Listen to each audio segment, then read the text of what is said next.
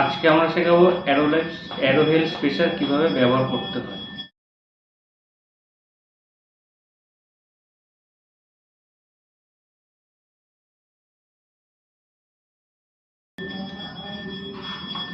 ইনলেটটাকে এরকম ভাবে ধরবো, ধরে ভালো করে আগে 10 থেকে 12 বার শেক করে নেব।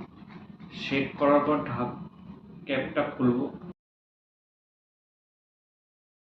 ক্যাপটা খুলে অ্যারোহেল স্পেসারের পেছনের দিকে এটাকে আটকে দেবো।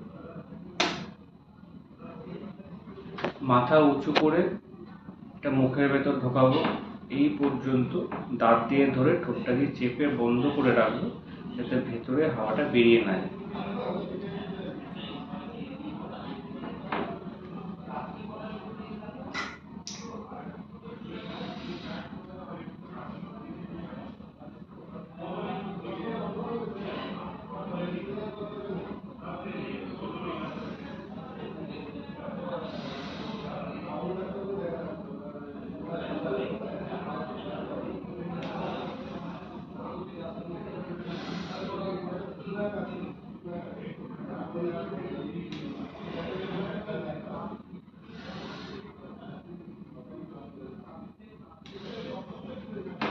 একবার প্রেস করব, প্রেস করার পর 3 থেকে 4 বার মুখ দিয়ে টানবো, শ্বাস দম আটকে রাখবো, দম আটকে রেখে 1 থেকে 10 গুনবো, গুনে নাক দিয়ে নিঃশ্বাস ছাড়বো।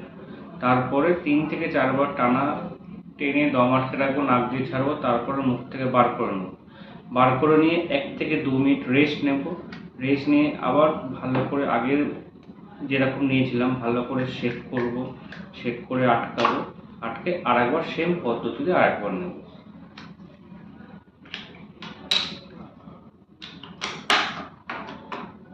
অ্যারোহেল স্পেসারটাকে নেওয়ার পরে প্রত্যেক সপ্তাহে 1 দিন করে এরকম টানলেই খুলে যাবে। যে জল আমরা খাই সেই জল দিয়ে ভালো করে ধুয়ে উল্টো করে ধুয়ে এরকমভাবে রেখে দেবো।